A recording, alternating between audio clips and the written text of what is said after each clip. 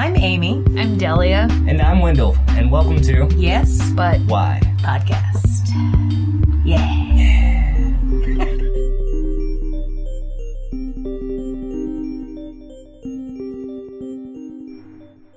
I like the idea that there's different journeys and that like people sometimes feel like there's only one way to do it. Like even just when I was talking earlier about the way Austin sort of feels like it's set up.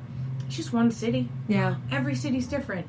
Everything is, way, and it would be interesting to know, like, if you're like, oh, I wish there was a city where this happened, and I interview some guy from Pittsburgh, and it turns out their way is the way you've always wanted to do it.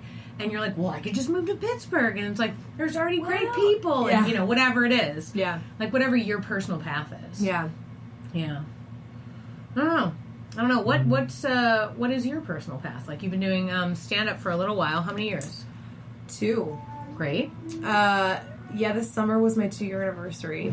But like I said, it feels like so much longer because I came from improv and sketch. Yeah. So I'm not just like, I feel bad for the people that try stand up that don't have any background. Like they've, you know what I mean? Harder. I'm like, yeah. oh, it just takes them so long to not be terrified and to like just settle in their body. And like, it's, yeah. So I'm thankful for that. Yeah.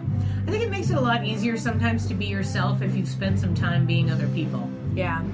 Like I have a few go-to characters. Right now I'm teaching a class, and the main crux of it is characters. So like every week I'm trying to get them to think of new ways to create characters. But it's like, some people will be like, oh, I only know how to be myself. And it's like, that's hilarious. I have no idea how to be myself. Yeah. Like, I know how to be everyone else, but I have no idea how to be myself. Because, when you're performing and creating characters all the time, it's like, yeah, they're all a little you. Yeah. But they're not all you. Yeah.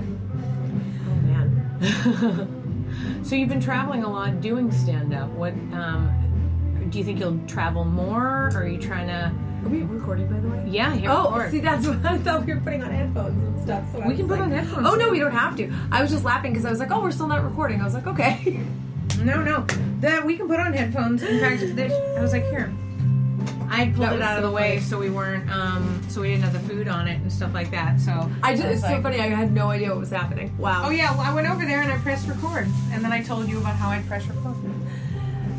I shouldn't get stoned before recording stuff. No, it's fine. That's actually kind of how we do it with everybody, really. Sorry, everyone who I just outed for being stoned in all of our podcasts. We're now cleaning up queso in case. Yeah, sorry. No, it's fine. I was like, I actually like when we have food and stuff. Oh, wait, here, I'll put this here. Because I like hearing us crunch. Some people are not so into it, but I think it's funny. We're having a conversation. We're hanging out. What are we going to be... What, are we going to pretend we don't eat?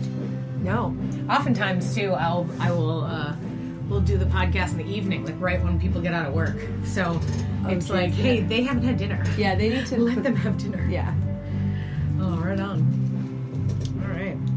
Cool.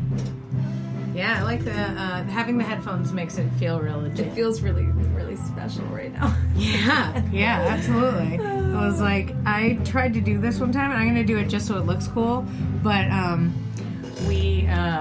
I told my husband that I was turning the mic towards the guest so that person's voice was the loudest. Mm-hmm. And he was like, Amy, it's a 360 mic.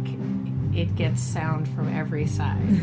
You are not doing anything. And I was like, oh.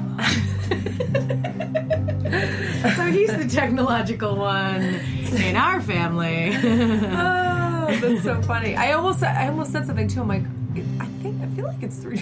Okay. No, absolutely. Yeah, no, I just like turning it around because it feels cool to look at too. You get the headphones on. Yeah. We get the fancy mic. We're like, oh, we are fancy what kind of mic is ladies. That? Oh, I have no idea.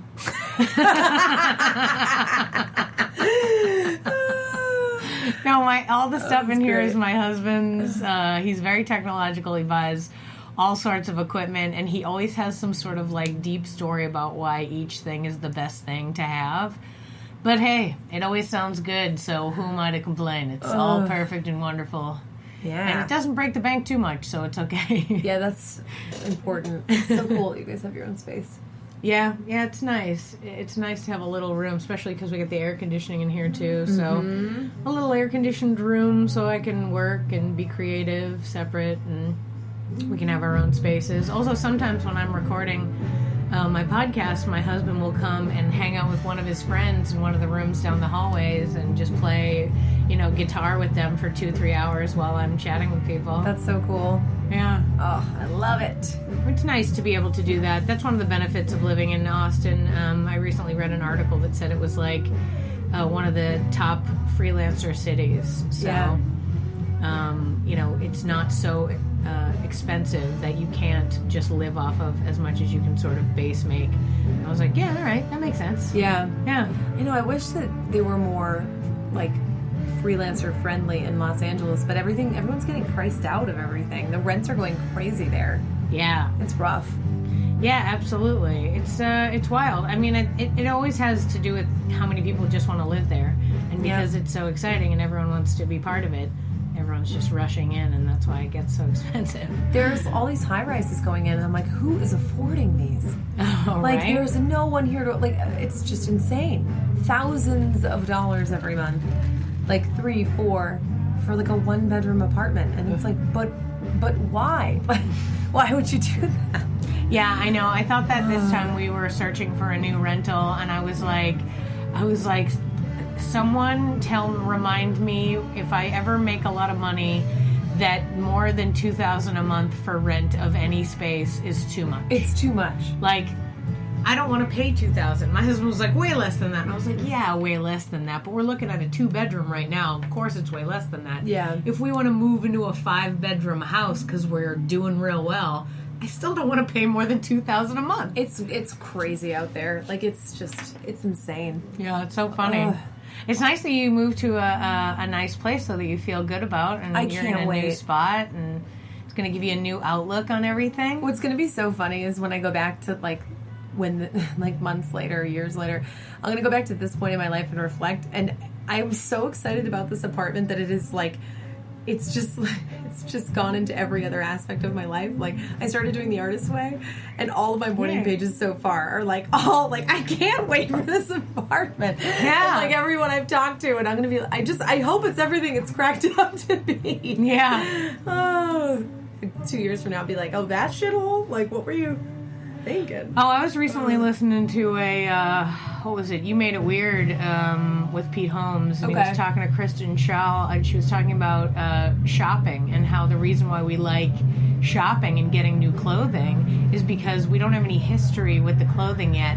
We've never had a bad day in that shirt. That's why we love that shirt more than all the rest of the shirts. And same with the apartment. You love this apartment more than anything because you've never had a bad day in the apartment yet. Yeah. But that's okay. I mean, just stick with it. If I've learned anything about long-term relationships, I am married. So, it's that even though you've had a bad day in that apartment, it doesn't make the apartment bad. It just means a bad day happened. But that happens all the time. I love that. That's such a cool analogy for that. Like, it's really neat.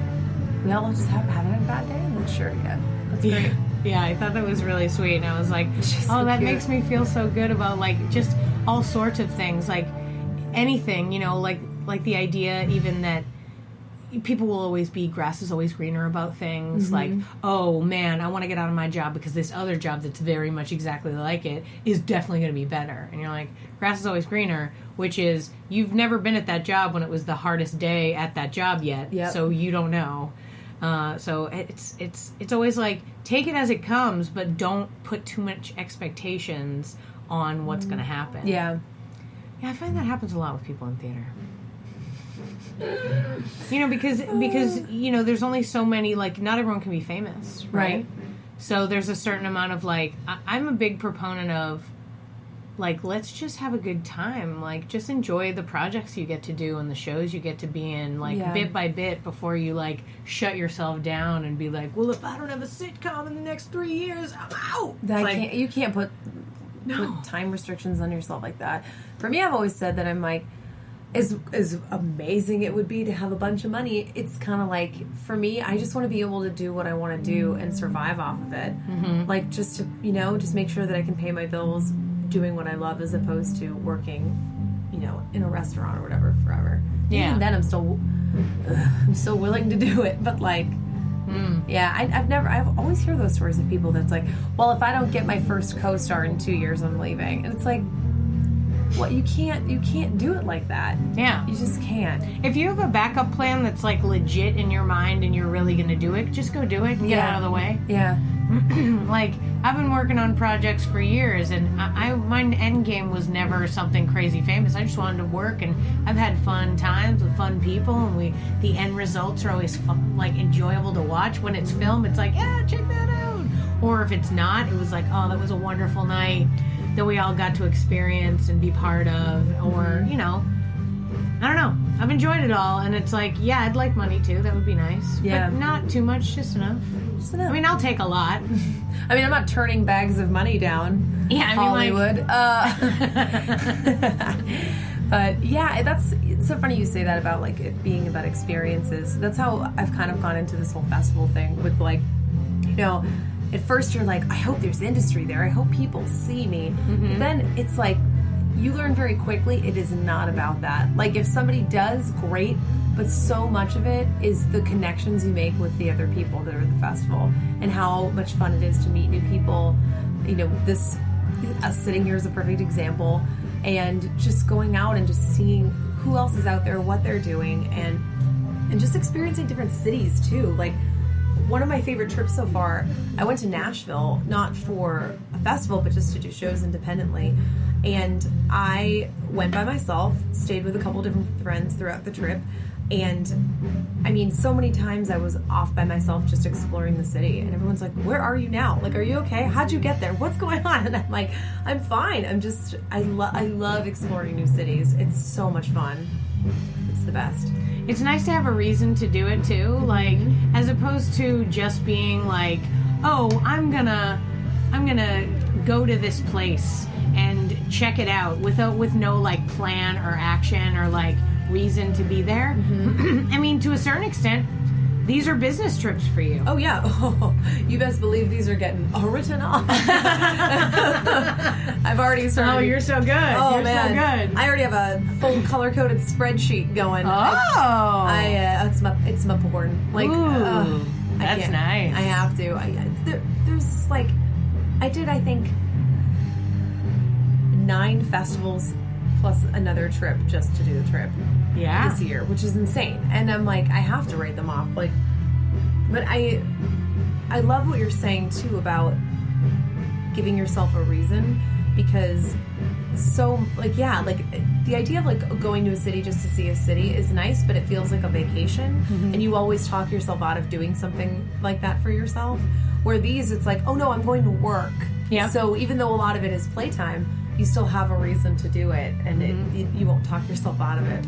Yeah, it gives you an excuse to see places that maybe you never would have visited, that it never would have occurred to you to take a trip there. Mm-hmm. You know, because most of our travel has to do with like family or friends, specifically where they went. Yep. It's like, well, if I didn't have anybody that I knew live in this city, I would never go there. Yeah. But now you get to, and you get to make new friends, and I don't know, I appreciate what you're saying too about like, when you go to those things, like, don't worry too hard about, like, networking. Like, it's not really like you're walking around handing your business card and going, like, yes, call me if you're ever looking for me. Like, okay.